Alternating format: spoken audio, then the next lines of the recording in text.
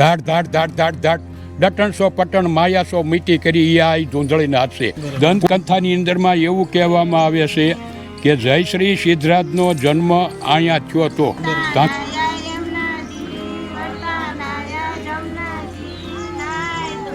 અને કોઈ પણ બેનું દીકરીઓને પાનરસ પેટ ન ભરાવી વખતે ધાવણ ન આવતું હોય તો આની અંદરમાં બરણીની અંદરમાં એક કાપડું બોળી અને નીસવવાનું નહીં લઈ જાય અને પછી એ કામ થઈ જાય શ્રદ્ધા રાખે. हाय गाइस, तो मैं हूँ सोनू और आप देख रहे हैं सोनू द गुज्जू ट्रैवलर. તો ફરી એક નવી જગ્યાએ તમને લઈને આવી ગયો છું અને આ પંચાળ ધરતીની ઉપર તમને લઈને આવી ગયો છું. પંચાળ ધરતી એટલે સંત સુરાની પવિત્ર ભૂમિ એવું કહેવાય છે કે જેને સિદ્ધિ પ્રાપ્ત કરવી હોય એના પંચાળ ભૂમિની અંદર આવીને સિદ્ધિ પ્રાપ્ત કરે તો જ એ સિદ્ધ પુરુષ ગણાય છે. એટલે એવી જગ્યા અત્યંત પ્રાચીન જગ્યાએ હું તમને લઈને આવી ગયો છું. આ એવું કહેવાય છે કે ધૂંધળીનાથનું આ મંદિર છે અને એવું કહેવાય છે કે અત્યાર સુધી તમે સાંભળ્યું છે કે નવનાથ હોય છે, પણ નવનાથ નથી ગઈશ. એક એવા પણ નાથ છે જે 10મું નામ એમનું આવે છે અને આ જે પાછળ તમને જે દેખાય છે જેમની આ પ્રતિમા છે આવડી મોટી એ 10મા નાથ છે જેને ધૂંધળીનાથ કહેવામાં આવે છે. ગાઈસ તમે જોઈ શકો છો અને બાજુમાં મિનળ વાવ પણ આવેલી છે. તો આ બધાનો ઇતિહાસ હું તમને આજે જણાવીશ. આપણી સાથે છે કિશોરભાઈ રાજગોર. તો એમની પાસેથી આપણે જાણીએ કે આ શું આનું મહત્ત્વ છે આ ધૂંધળીનાથનું અને આ ધાંધલપુરનું નામ કેવી રીતે પડ્યું છે. તો આપણે જાણીએ એમની પાસેથી. કિશોરભાઈ કેમ છો?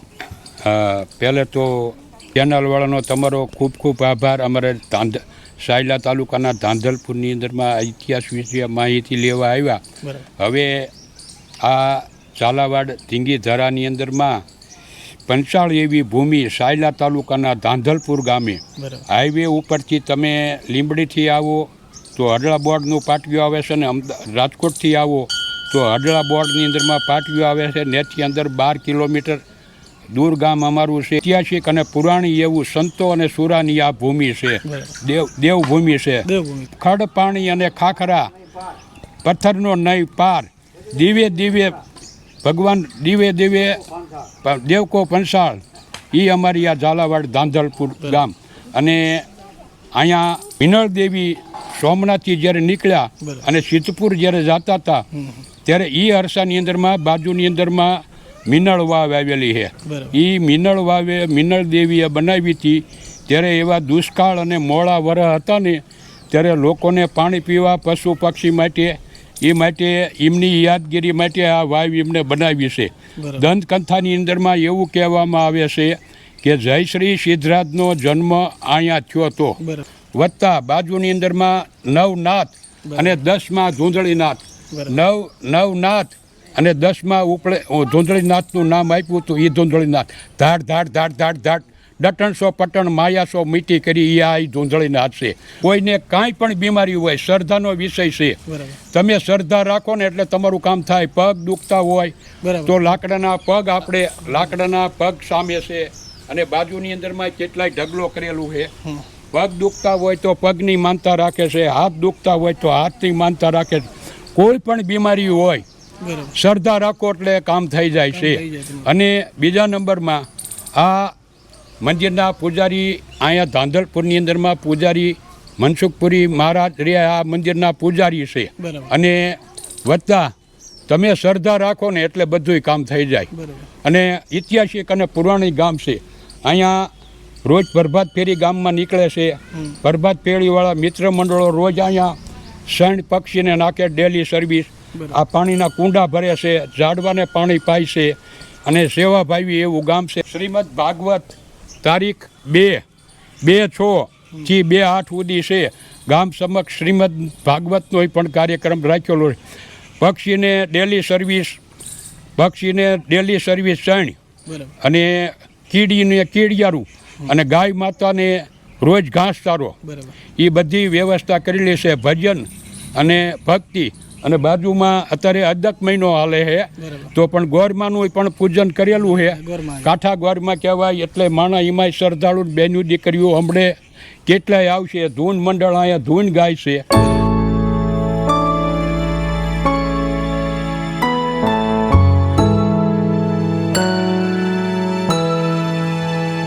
ગાઈસ આ ધૂંધળીનાથના મંદિરની પાસે તમે જોવો છો કે અહીંયા ગોરમાં બિરાજમાન છે અને અહીંયા તમે જોઈ શકો છો કે બધા બહેનો અહીંયા પૂજા કરવા માટે આવ્યા છે. તો એક બહેનને આપણે પૂછીએ કે આ શું છે. બેન આ શેની પૂજા છે? આ અદક મહિનો છે, પરસોત્તમ મહિનો, પરસોત્તમ ભગવાનની પૂજા કરવા આવીએ છીએ. અને જેને દીકરો ન હોય એ અહીંયા ફળ લેવા આવે છે. ભગવાન એને ફળ આપે છે.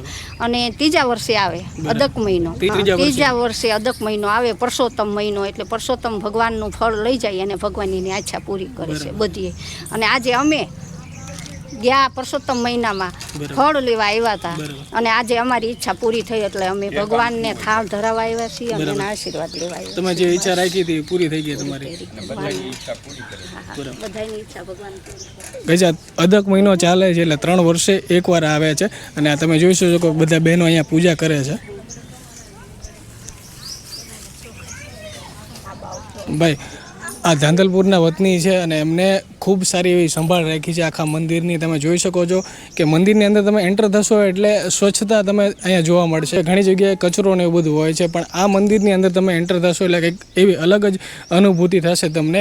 અને આ મંદિર એટલું અત્યંત પ્રાચીન મંદિર છે કે એકવાર વિઝિટ કરવા જેવું છે. અને આ હેરિટેજ પ્લેસનું નામ આપેલું છે આ પુરાતન વિભાગે, અને પુરાતન વિભાગનું અહીંયા બોર્ડ પણ મારેલું છે. તો જ્યારે પણ તમે સાયલા તાલુકાની આજુબાજુમાં તમે આવો તો આ ધૂંધળીનાથના દર્શન એકવાર જરૂરથી કરજો. ને અમારા ગામવાળા સરપંચ સાહેબનો બધાનો સાથ સહકાર છે. આ હમણે ફરતો આખો દિવાલ વંડો કરી દીધેલો છે બાજુમાં વંડો. અને હમણે ગ્રામ પંચાયત સરપંચશ્રીએ રણછોડભાઈએ આના બ્લોક એ બધું નખાવી દીધેલું છે. અને બધાનો ગામનો પણ સહયોગ એટલો છે અમારા ગામની અંદરમાં. ટૂંકમાં બધું સંપીને બધા કામ કરે, સંપીને હળી મળીને કામ કરે. હા.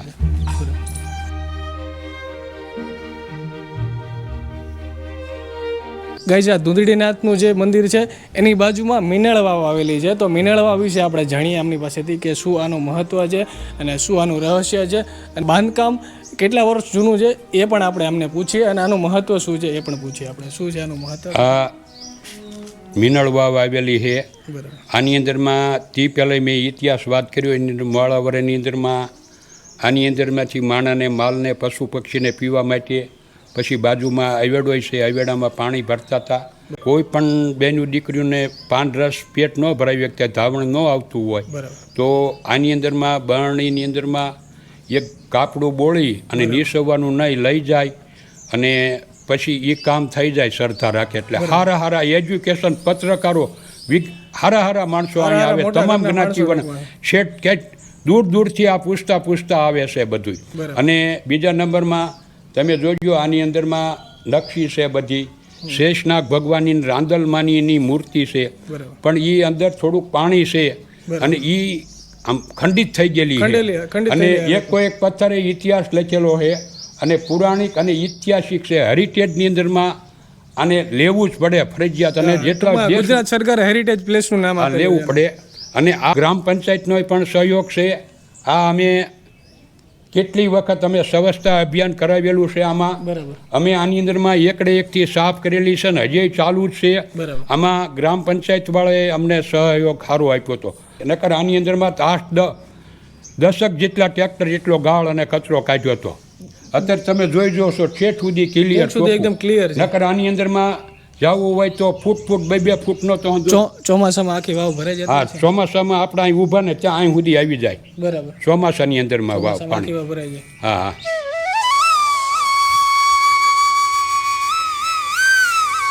કિશોરભાઈ આ શેનું મસ્તક છે?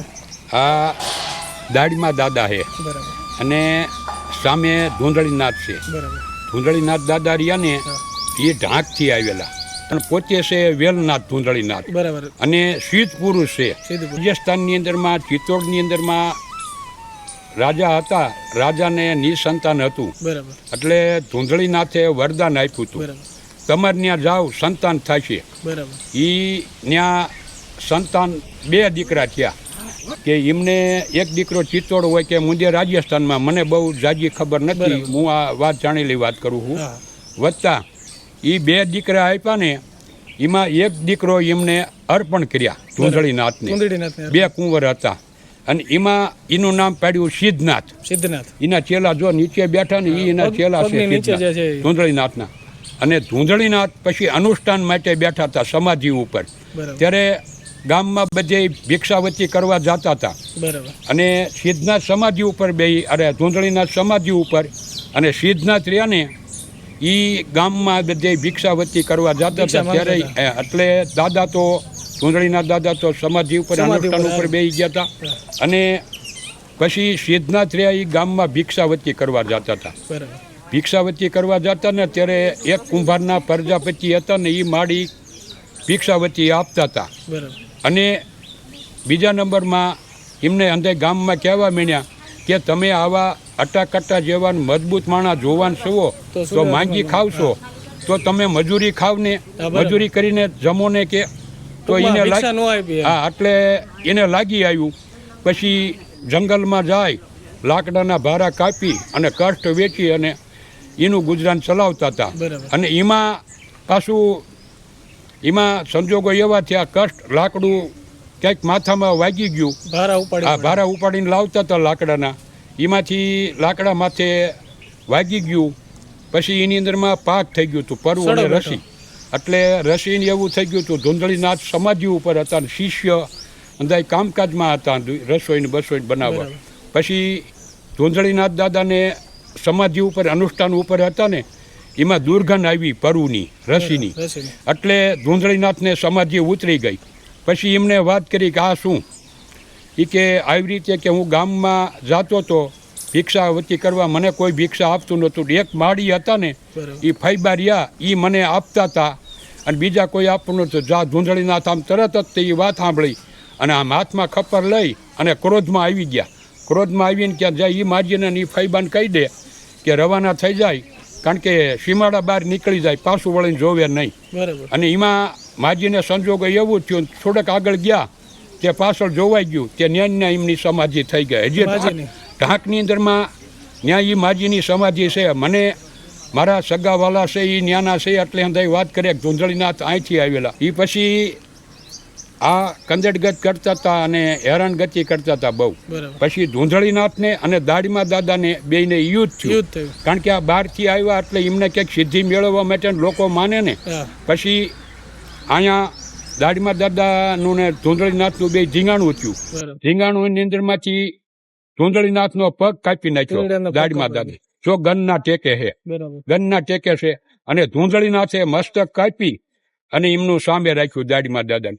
બીજા નંબરમાં એનો પગ ઓલી આગળ ટેકરા માટે છે ને ન્યા છે દાડીમાં દાદાનું. આ ધૂંધળીનાથે આ મસ્તક કાપી નાખેલો હતો એટલે અહીંયા પડ્યું છે. હા એ ધૂંધળીનાથ દાદાએ મસ્તક સામે રાખ્યું અને દાદા રે બંદૂકના ટેકે છે. દાદાનો પગ જે છે બંદૂકના ટેકે ગનના ટેકે છે તમે જુઓ. અને બીજું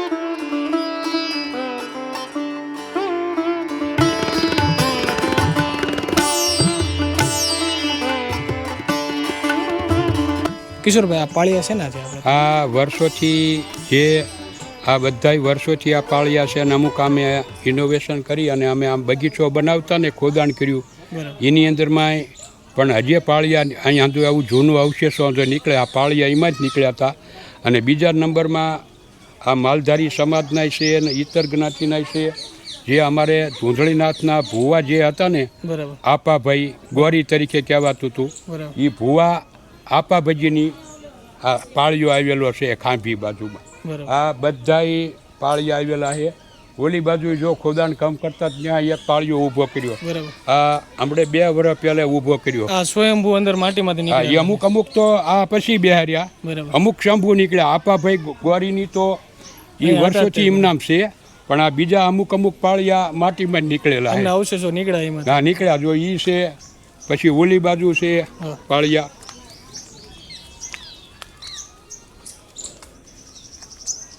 સમાધિઓ છે મહારાજની. આ બધી સમાધિ છે અને એ સમાધિઓ છે બધી અહીંના જે પૂજારી હોય ને એ જો આ પાળિયા નીકળેલા છે બરાબર.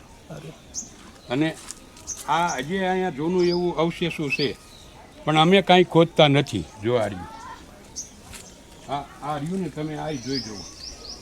આ વર્ષો છે પણ અમે આને કાંઈ કર્યું નથી. આ તમે જોવો આ કંઈક કઈ જાય નીચે જોઈ શકો છો તમે કે આ એક પથ્થર તમને દેખાય છે આજે માટીની અંદર. એ પણ અહીંયા કંઈક અવશેષ છે એવું દેખાય છે પણ અહીંયાના લોકોએ કંઈ આની છેડછાડ કરી નથી કેમ કે જ્યારે પણ અહીંયા ખોદકામ કરવામાં આવ્યું હતું ત્યારે તમે જોઈ શકો છો કે પાળિયા આની અંદરથી નીકળેલા છે અને પાળિયા અહીંયા જે સ્થાપિત કરેલા છે આ તમે જોઈ શકો છો અત્યારે. આ જમીનની અંદર હજી પણ એવા ઘણા એવા અવશેષો હશે કે જે ધુંધળીનાથની જોડે જોડાયેલા છે અને હજી પણ આ માટીની અંદર દબાયેલા છે. આ ઠેર ઠેર જગ્યાએ તમે જુઓ કે આવા પથ્થરો માટીની ઉપરથી ઉભરીને આવે છે. જેમ જેમ ચોમાસું જાય એટલે માટી ઉપર થઈ અને આવા પથ્થરો બહાર નીકળે છે અને પથ્થરો બહાર નીકળે એટલે તમે જોઈ શકો છો કે આ જૂના અને એવું કહેવાય છે કે પૌરાણિક આ બધા અવશેષો આની અંદરથી બહાર નીકળે છે.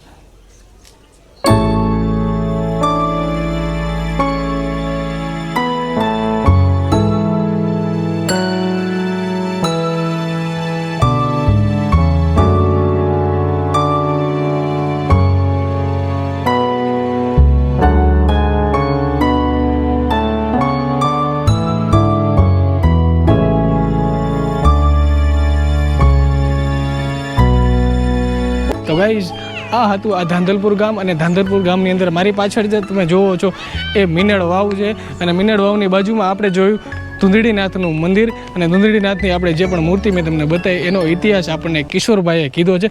તો આ ઇતિહાસ તમને કેવો લાગ્યો અને કોમેન્ટમાં એકવાર જરૂરથી જણાવી દેજો અને આ જગ્યા કેવી લાગી એ પણ કોમેન્ટમાં કહેજો ગાઈઝ. સાયલાથી ખૂબ જ નજીક આ ધાંધલપુર ગામ છે અને આ પ્લેસને ગુજરાત સરકારે અને પુરાતન વિભાગે હેરિટેજ પ્લેસનું નામ આપેલું છે. આ જગ્યા એકવાર જરૂરથી વિઝિટ કરજો. બહુ જ અત્યંત પ્રાચીન જગ્યા છે અને પાંચાળ પ્રદેશની અંદર આવેલી આ સંત સુરાની પવિત્ર ભૂમિ એવી કહેવાય કે આ પવિત્ર એક જગ્યા છે. તો તમને આ વિડીયો કેવો લાગ્યો? વિડીયો ગમે તો લાઇક, કમેન્ટ, શેર અને સબસ્ક્રાઈબ જરૂર કરી લેજો અને અવનવા આવા ને આવા ઐતિહાસિક સ્થળો જોવા માટે અમારી ચેનલને સબસ્ક્રાઈબ જરૂરથી કરી લેજો. મળીએ એક નવા લોકેશનની સાથે. ત્યાં સુધી સ્ટે ટ્યુન અને બન્યા રહેજો.